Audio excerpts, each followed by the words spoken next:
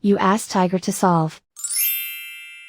This deals with linear equations with one unknown.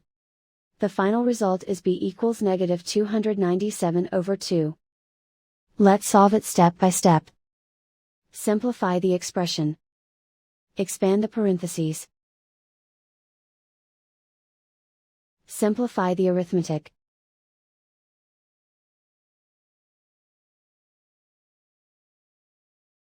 Group all constants on the right side of the equation. Subtract 594 from both sides.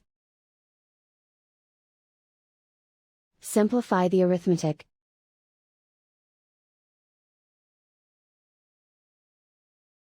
Isolate the b. Divide both sides by 4. Simplify the fraction. Find the greatest common factor of the numerator and denominator. Factor out and cancel the greatest common factor. And so the final result is b equals negative 297 over 2.